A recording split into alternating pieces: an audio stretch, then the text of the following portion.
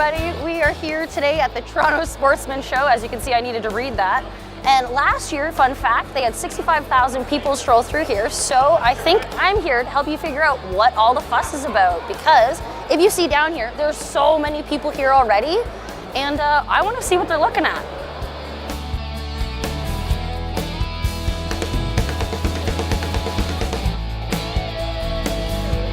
Hey, so Ron, I see that you're coloring here, and Fish TV offered us this great thing here. Emma, this is for kids, you know that, right? You're coloring too? I know, hey. I'm a big kid. I'm a big kid. I'm a big when kid it comes too. to the Sportsman Show, I'm a big kid. Give me a high five. I've been coming here since I was a kid. You know, it's 67 years this show's been running. 67 I'm years? not kidding you. Wow. So it has things for everybody. For the kids, for the adults. I mean, anything you want to do in the outdoors, anything, fishing, hunting, and they got shows for everything, dog shows, fishing shows, you know, the Raptors dance pack, their cheerleaders are here. Seminars that are great, people learn a lot of stuff. We got trout fishing for the kids. The good thing about this, it's a tradition. And to bring the family and get the family involved in outdoors, that's what it's all about.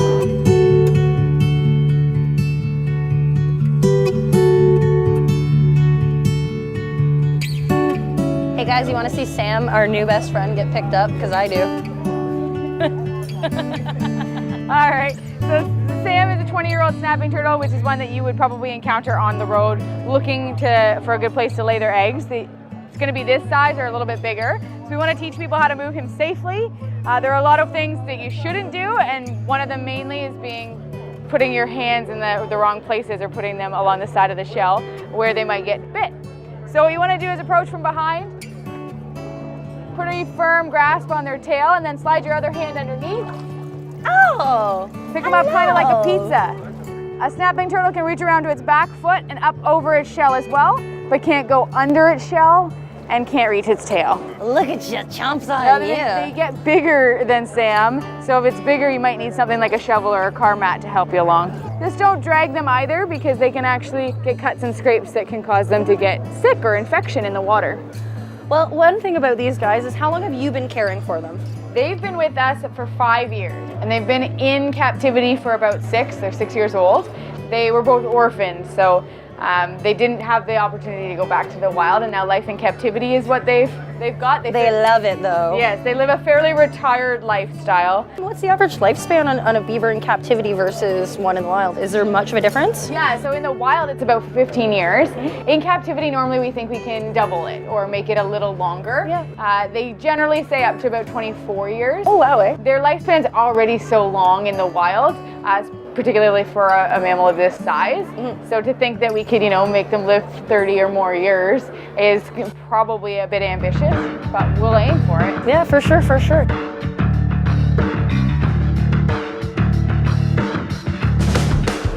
Ontario Federation of Four-Wheel Drive Recreationalists. We're basically a governing body for the off-road 4x4 community in Ontario. We work between our member clubs and individual members to represent them dealing with the M&R and local municipalities, working on establishing trails, doing trail cleanups, trail remediation. We've been showing here for the last 8 years. It's a very good crossbreed of consumers coming through. It lets us reach out to our members and also let people know about the existence of our organization.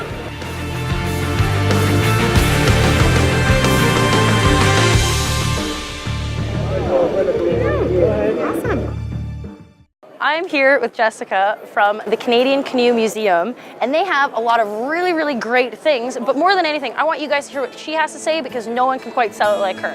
We steward the world's largest and most significant collection of canoes, kayaks, and paddled watercraft with over 600 pieces in our collection and about 140 on display in our museum. Our collection is the catalyst for everything that we do in the museum, from our education programs, our adult artisan workshops, which focus on traditional skills, so things like moccasin making, paddle carving, natural fabric dyeing, that sort of thing. We also do on-water programming, so we run tours in our Big Voyager canoe in the summertime, and we also have a series of summer paddling camps for kids. I'm here with Victoria Veenstra, or Victoria V as we've been calling her, and she is going to show us how exactly to craft an oar, right? A paddle. Okay. Yeah. So this is a 2-foot paddle that we usually do with ages 9 to 14.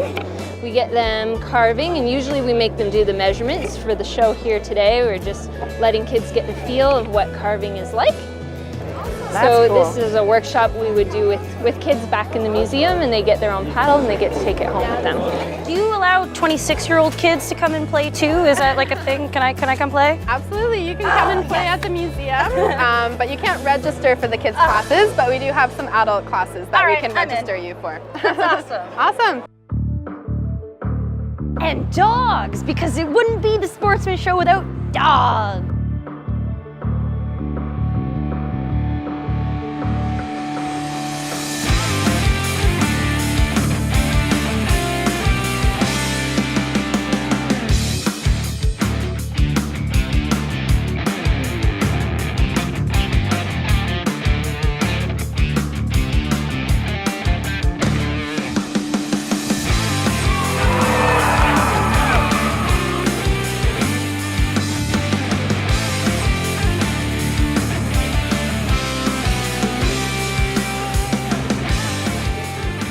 Why do you exhibit at the Toronto Sportsman Show? A good crowd, good draw, nice people to talk to. And we make some good sales out of it too. Hey, what brings you to the Sportsman Show? We came here today to show off all our water sports rentals. We are a hydroflight company based out of Niagara region on Lake Erie.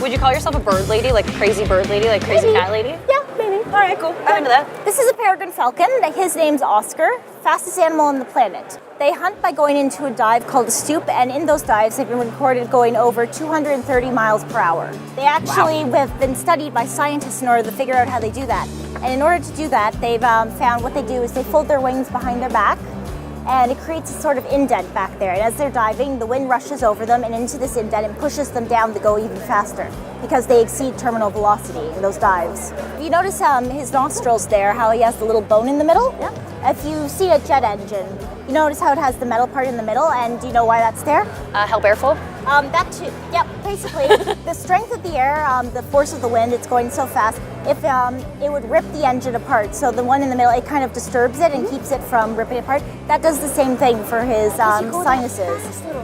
Otherwise, like, it slows down the air coming in, keeps it from ripping apart his lungs. Everything. So, important bit there. Aberdeen is a European kestrel, and we have kestrels too, but they're Canadian kestrels. If you'd like to meet one, drive your car out to the country and look at the tops of the telephone poles, and I guarantee Those are all eventually kestrels, eh? you'll see one of these guys. Are you going to do your dance? Okay, here we go. That's the back and forwards dance. You can see the tail going too as soon as you start doing it. There's a sideways dance as well. There it goes. How have they been being here with all these people? For the most part, are they pretty okay? Or do they seem like a little antsy maybe They're by the born end of and the day? raised in captivity. They're what's called human imprints. So as soon as they're hatched, they're handled by humans. They're raised and handled.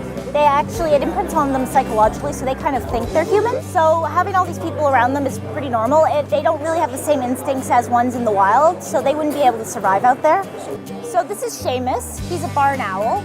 And right now he's taking a nap. He's very comfortable, actually. See how he's got, I'm not sure if you can see from the angle here, but he's got one leg up. It's called roosting, and it's very natural behavior for them. So obviously owls are generally nocturnal, so he's been pretty cool here. He's been sleeping the day away, happy, relaxed. Barn owls used to be found in Ontario. You can't find them here anymore. He's adorable. Hey, Shammy, can I give you a rub? Hey, buddy. Oh, what's up? You. Yeah? Yeah? I'm sorry I woke you up, eh? Hey, buddy? Oh, you're just gonna go back to sleep?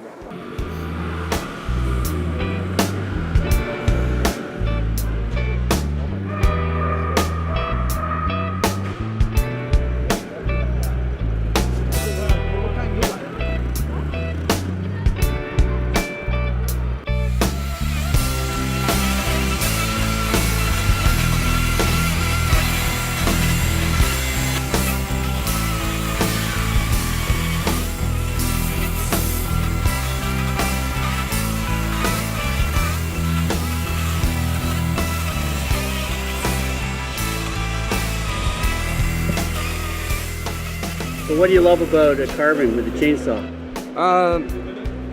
It's fast. You can be expressive with it, create whatever you want. And for me, I grew up using a chainsaw. I had my first chainsaw when I was 11 years old, and I haven't looked back since, so I'm very comfortable with it. You carved this yourself? Yep, I did this during the show, started it on Wednesday. A few bears.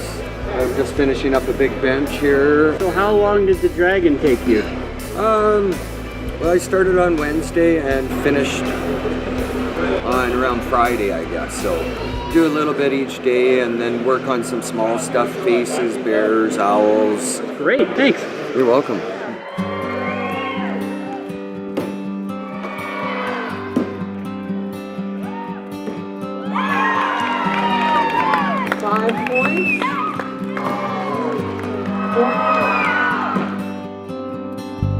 And it goes to the green team!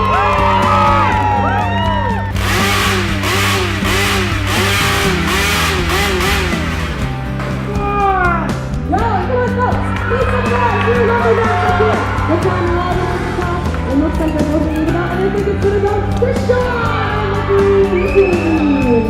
3, 2, 1, go!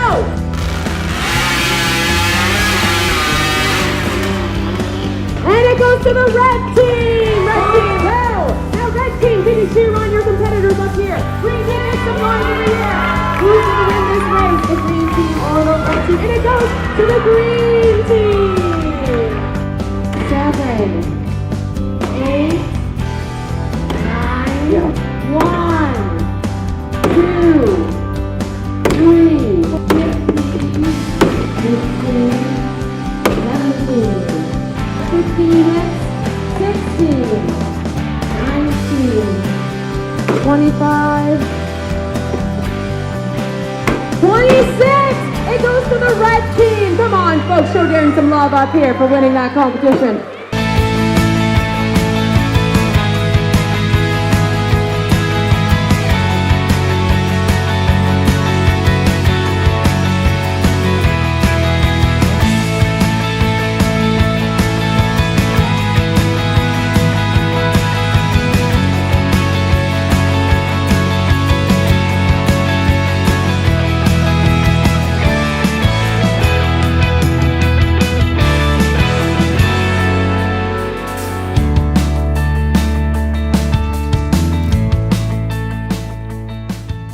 You really have seen it massively grow. Oh, absolutely, and change locations. But this venue here is the best. Free parking. You know, kids under 12 are free. It's an amazing thing. Even on March break, what a perfect time for this to happen. And that's the best time. Then you get the whole family involved. Absolutely. But guess what? My time, I'm gonna go fishing. You mind? Give me 5. Get out of here, man. You gotta do what you gotta do. Be good, Emma. Finish your coloring. Thank you. See you around.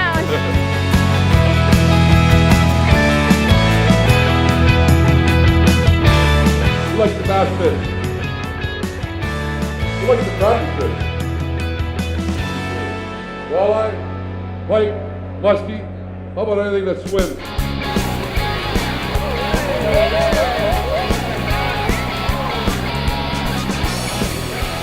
We're gonna go like this.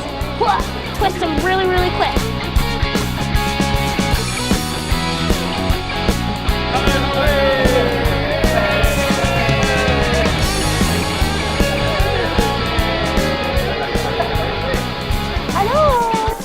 Are you catching any fish?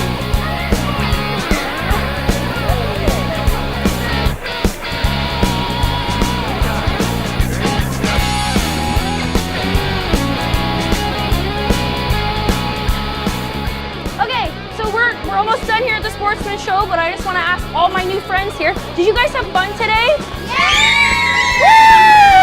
Woo! Thanks everybody, and make sure you check out the Sportsman Show next year because it's more fun to come, right?